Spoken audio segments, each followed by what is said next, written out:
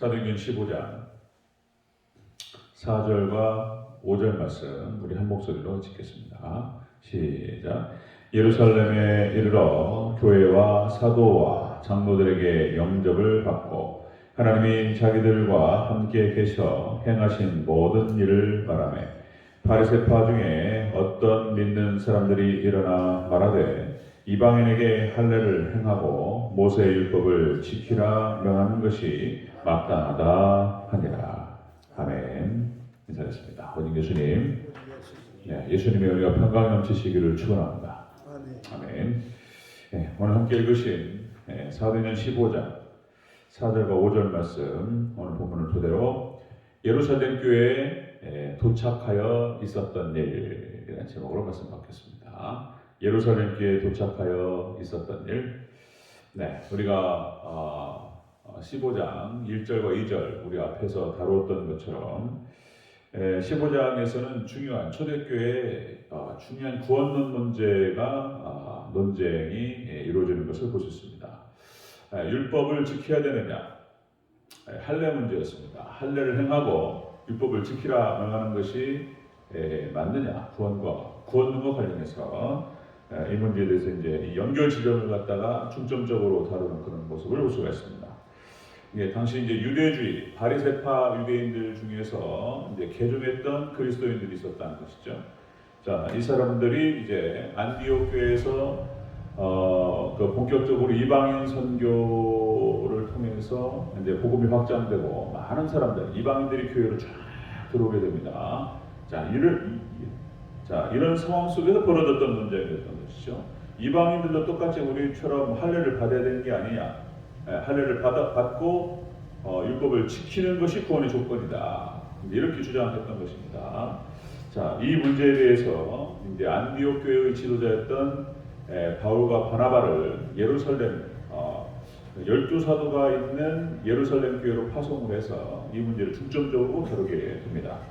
자, 이제 예루살렘 교회 찾아왔을 때, 도착했을 때 있었던 일을 자세히 살펴보도록 하겠습니다. 자, 예루살렘 교회 도착하여 있었던 일 첫 번째, 교회와 사도들과 장로들의 영접을 받습니다. 자, 우리 4절 초반부를 같이 읽겠습니다. 시작. 예루살렘에 이르러 교회와 사도와 장로들에게 영접을 받고. 아멘. 자, 이제 바울과 바나바가 도착을 했습니다. 가는 여정 가운데에서 이제 이렇게 교회들을 들려서 그동안의 사역의 어떤 그 결과들을 같이 이야기하면서 많은 사람들이 구원을 받고 교회로 들어왔다는 사실에 대해서 같이 기뻐하고 그런 여정 가운데 간증이 있었단 말이죠. 그리고 예루살렘에 도착해서 이제 예루살렘 교회와 사도들과 장로들에게 환영을 받습니다. 영접을 받죠. 자, 영접을 받았다. 영접받고 환영받았다. 그런 뜻이 되겠습니다. 이 영접을 받았다는 뜻이 파라데코마이, 이제 헬라 원어로 이 말이 용납하다, 인정하다, 받아들이다 그런 뜻입니다. 영접받았다. 그런 뜻으로 표현이 되는데요. 자, 예루살렘 교회 원래 모교였습니다. 안디옥 교회 모교회 이런 표현을 쓰죠. 그러니까 이제 어머니 교회입니다. 어머니 교회 모교회가 나왔어요. 안디옥 지역에 전도가 일어나면서 성도들이 모이기 시작하니까 이 성도들을 안디옥 이방 지역의 성도들을 어떻게 좀 관리해야 되는 게 아니냐. 그래서 처음에 파송했던 사람이 바나바였습니다. 바나바. 그리고 바나바가 이제 일을 하다 보니까 일이 커지니까 이제 동사목회 또 다른 이제 협력 목회자가 또 필요했다. 그래서 바나바가 바울을 추천했고 그리고 이제 사도 바울이 같이 이제 그 사역을 진행했으며 놀라운 부흥이 일어났다는 것이죠. 자, 여러분 바나바는 여러분 잘 아시다시피 위로의 아들이라는 사람입니다. 그렇게 칭해졌어요. 위로의 아들. 성품이 너무 좋은 사람이고 너무 부드러운 사람입니다. 그러니까 이제 초대교회가 막 성장하고 있을 때 가난한 성도들을 위해서 자기 밭을 팔아서 자기 재산을 정리해서 나눠주고 그렇게 많은 성도들을 위로했던 초대교회가 인정했던 사람입니다. 바나바. 그 바나바가 또 온 거예요. 그 다음에 이제 바나바의 추천으로 바울을 세웠고 이 바울의 그 열정과 그 열심이라고 하는 것은 뭐 대단하죠. 그래서 이제 안디옥 교회가 그 두 사람의 사역을 통해서 부흥했고, 그리고 또 이제 1차 전도 여행을 통해서 많은 성과가 있었다. 그래서 이제 이 예루살렘 교회에서 봤을 때는 아주 두 사람이 너무 좋은 사람이니까 훌륭한 사람이고, 그래서 영접하고 이제 그렇게 받아들이는 것을 볼 수가 있습니다. 자, 골로새서 4장 10절에 이런 표현이 나옵니다. 자, 나와 함께 갇힌 아리스다고와 바나바의 생제를 마가와 이 마가에 대하여 너희가 명을 받았음에 그가 이르거든 영접하라. 이게 초대교회의 분위기가 그랬습니다. 당시에 막 그 부흥과 성장과 함께 그러니까 이제 마가가 당시에 이제 바나바의 생제 조카고, 그래서 이제 함께 바울과 함께 이제 선교 사역을 감당했던 영접하라. 이게 주의종 영접 신앙이 초대교회에 있었다는 것입니다. 주의종 영접 신앙, 주의종을 잘 영접하고 환영하고 받아들이는 그런 분위기가 있었다. 유대인 문화는 그러시죠. 유대인 문화 중에 나그네를 영접하는 그런 문화가 있습니다. 이제 극진히 영접하고 잘 돼야죠. 이제 성경의 사상이 그러니까 아브라함도 그랬고 이제 쭉 그런 전통이 내려오기 때문에 나그네를 영접하는 그런 문화. 하물며 주의종을 영접하는 데 있어서 극진히 이렇게 받아들이는 것을 볼 수 있습니다. 자, 예루살렘 교회에 도착하여 있었던 일이 극진한 대접받고 환영을 받게 됩니다. 자, 예루살렘 교회였습니다. 아주 참 모교회고 너무 좋습니다. 예루살렘 교회. 자, 예루살렘 교회 도착해서 있었던 일은 이렇게 교회의 환영을 받았다. 자, 두 번째 그렇습니다. 예루살렘 교회에 도착하여 있었던 일.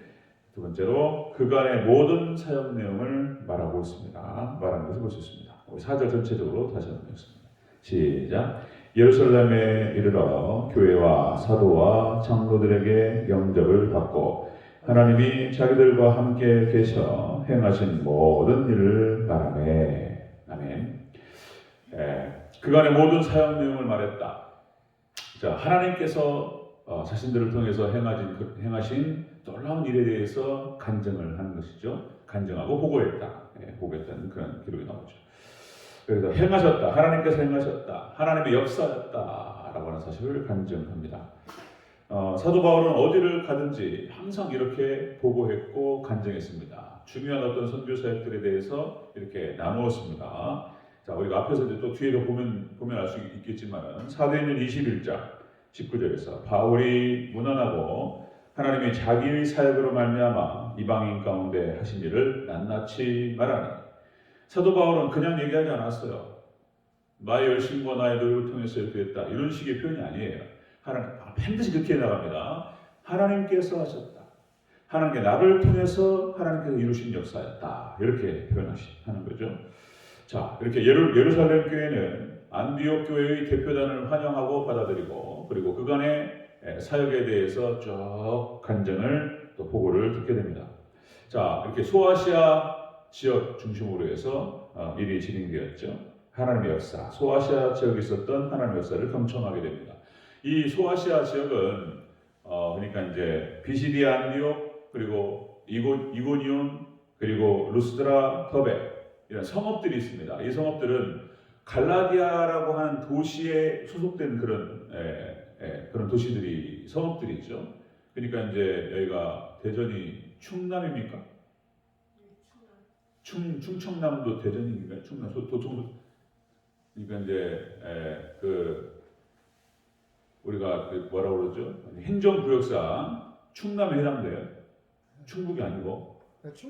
충남이에요. 그러니까 이제 마찬가지인데 갈라디아에 소속되어 있는 그런 도시, 그런 성읍들인 거예요. 비시디 안디옥, 이고니온, 루스드라, 더베, 이런 성읍들이. 갈라디아라고 하는, 그래서 이제 갈라디아서에서도 이게 언급이 됩니다. 갈라디아서 1장 2절에 함께 있는 모든 형제와 더불어 갈라디아 교회들에게 편지하노니, 자, 우리 주 하나님 아버지와 주 예수 그리스도로부터 은혜와 평강이 있을지어다. 이렇게 시작돼요.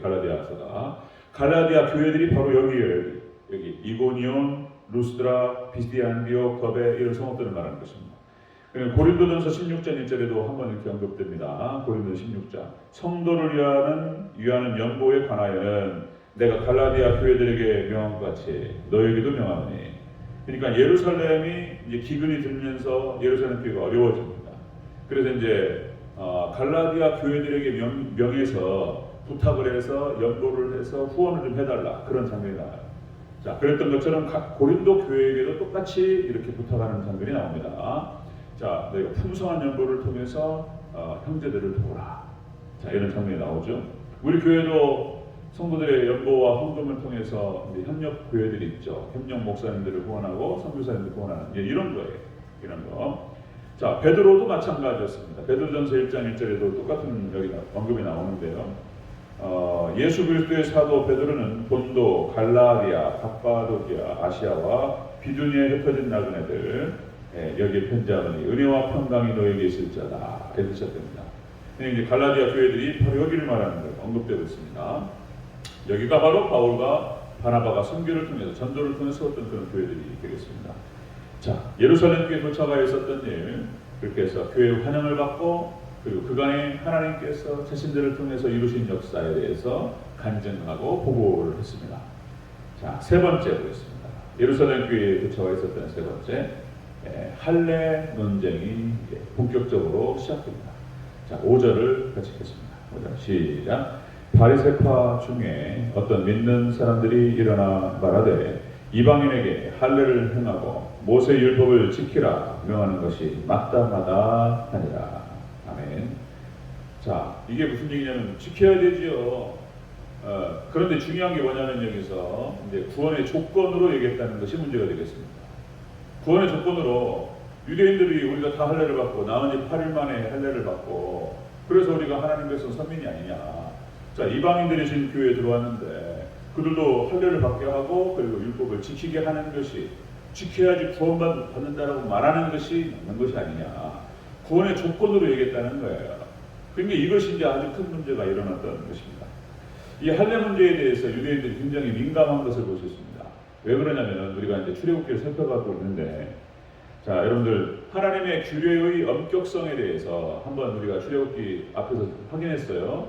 자, 모세가 하나님께 부름을 받고 사명, 그러니까 미션을 가지고 애국으로 향하는 가운데에서 어떤 일이 벌어지냐면 출애굽기 4장 24절 26절, 모세가 아들에게 할례를 행하지 않았다라고 하는 것 때문에 하나님께서 모세를 공격해서 죽이려고 하신 장면이 나타납니다. 그리고 이게 뭔 얘기냐, 이게 깜짝 놀래요. 하나님께서 언제는 그렇게 불러가지고 설득을 해가지고 이렇게 보내셔놓고 죽이려고 그랬다, 모세를. 그러니까 이제 그런 장면이 나타나는데, 그러니까 아들에게, 그 시포라가 아들에게 바로 할례를 해서 그걸 이제 모세의 발 앞에 되죠. 그 하나님께서 그걸 놓아주시니라. 이제 이런 장면이 나오는데, 자, 이렇게 출애굽기에 모세 오경이 기록되어 있단 말이에요. 할례의 엄격성에 대해서. 그러니까 이거를 꾸준히 들어왔고 교육을 받아왔던 유대인들의 입장에서 봤을 때에는 할례는 굉장히 중요한 문제였습니다. 그리고 말씀대로 살아야지, 그래야 구원받지. 틀린 얘기가 아닌 거예요. 그런데 문제는 뭐냐면은 자기들도 그걸 온전히 지키지 못하는 그런 어떤 율법에 대해서 이방인들에게 굴레를 씌운다. 이걸 지켜야만이 구원받는다, 이렇게 얘기한 거예요. 그래서 여기에 대해서 이제 그러면 예수님은 어떻게 된 것이며 복음은 무엇이냐, 이게 충돌 문제가 생겼던 것입니다. 이걸 어떻게 정리해야 되느냐, 이 복잡한 문제인 거예요. 이게 이 문제가 이제 로마서의 핵심입니다. 갈라디아서의 핵심. 이게 로마서가 그 길어요. 이렇게 이 문제를 갖다가 막 구구하게 설명하는 가운데에서, 자, 굉장히 길죠. 자, 결론을 말씀드립니다. 결론부터 저는 그러니까 이게 중요해요. 이게 그 설교에 있어서 연역법적으로, 그러니까 결론을 얘기하고 이유를 설명해요. 이유 설명하다가 그냥 지쳐버려 그냥. 결론을 먼저 딱 얘기하고 듣고 싶은 얘기, 궁금한 것도 딱 얘기해드리고 얘기해주고 그 다음에 이유를 말하는 거예요. 이게 연역법인 거예요. 자, 여러분들 갈라디아서 5장 1절에서 이렇게 기록하고 있습니다. 그리스도께서 우리를 자유롭게 하려고 자유를 주셨으니 그러므로 굳건하게 서서 다시는 종의 멍에를 매지 말라. 이렇게 얘기해요. 다시는 종의 멍에를 매지 말라. 이 말을 갖다가 또 갈라디아서 잘못 보면은 종의 멍에를 매지 말라. 그러니까 율법의 멍에를 매는 것이 종의 멍에를 매는 거구나. 그러면 자, 너희가 자유케 됐다. 율법으로부터 자유케 되었는데 다시 율법으로 돌아가지 말라. 이렇게 들린단 말이에요. 그리고는 이제 그렇구나. 율법을 율법을 매는 것이, 율법대로 살아가려고 하는 것이 율법의 멍에를 매는 것이고 종이 되는 것이구나. 거기서부터 예수님께서 그걸로부터 자유롭게 하셨구나. 율법을 안 지켜도 되는구나. 이렇게 나가는 거예요. 이제 할렐루야 뭐 이러면서 이제 거기서 구원파가 나오는 거예요. 율법 폐기론자들이 2000년 교회 역사 속에서 이렇게 구원파적인 개념들, 율법 폐기론자들입니다. 이 사람들 나타났다가 사라지고 계속 그래요. 지금도 또 나타난 거예요. 또 이렇게 이제 박옥수, 이요한, 그다음에 뭐 유병환 이런 사람, 유병환 씨는 이제 세월호 때문에 돌아가셨죠.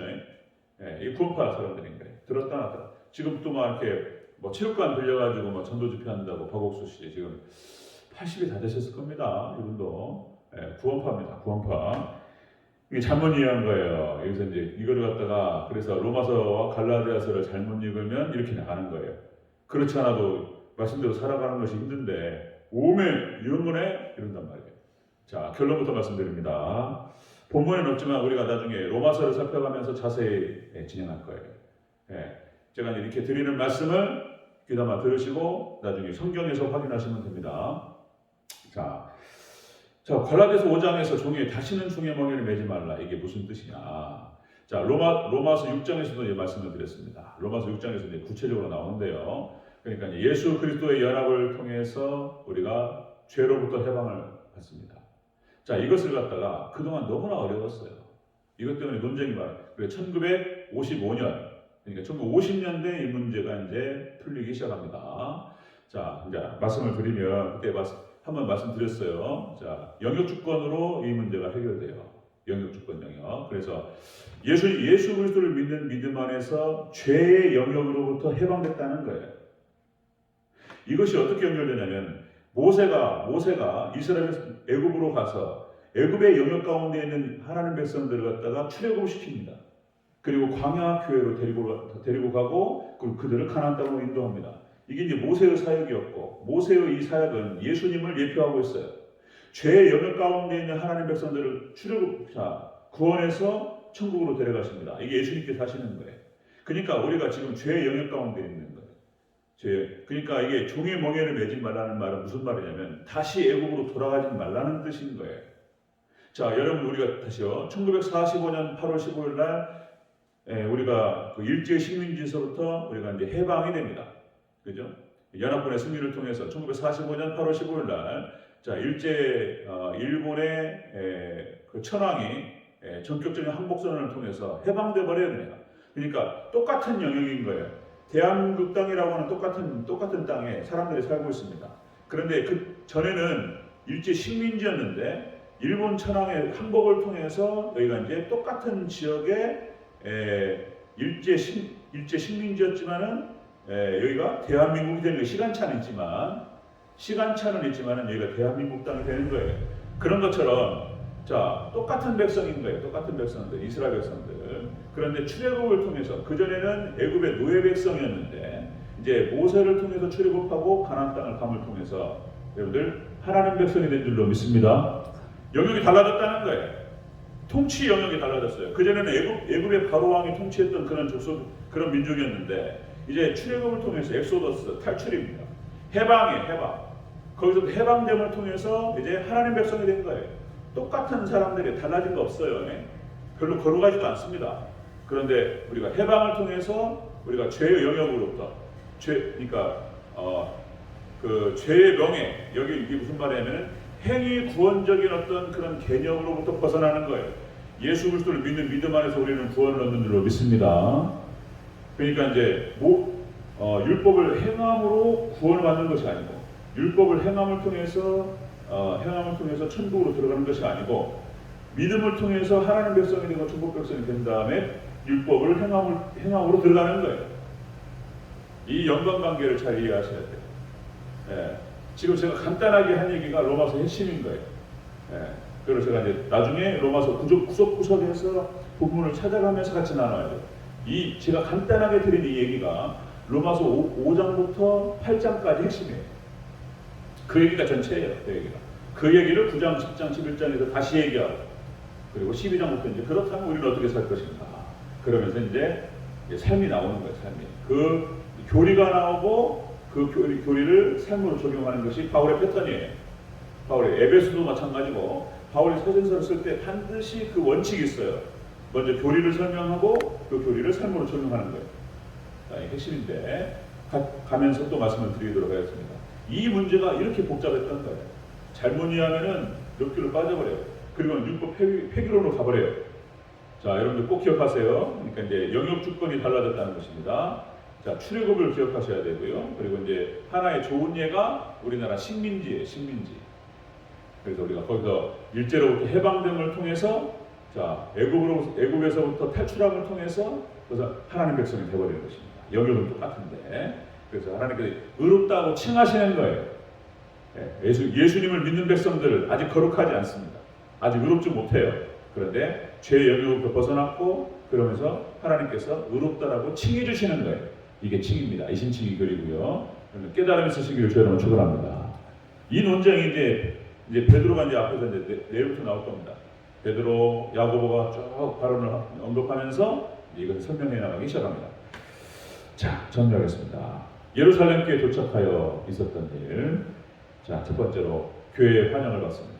예루살렘 교회 환영을 받고 그리고 예루살렘 교회에 들어가서 그간에 자신들을 통해서 하나님께서 이루신 놀라운 역사에 대해서 간증하고 보고했습니다. 그리고 이제 구체적으로 행위 구원 문제가 논쟁이 시작됩니다. 그리고 이제 예루살렘 교회에서 이 문제, 이 사도행 15장에서 정리가 됩니다. 네, 여러분들 귀한 깨달음과 귀한 은혜가 있으시길 주여 축원합니다. 아멘.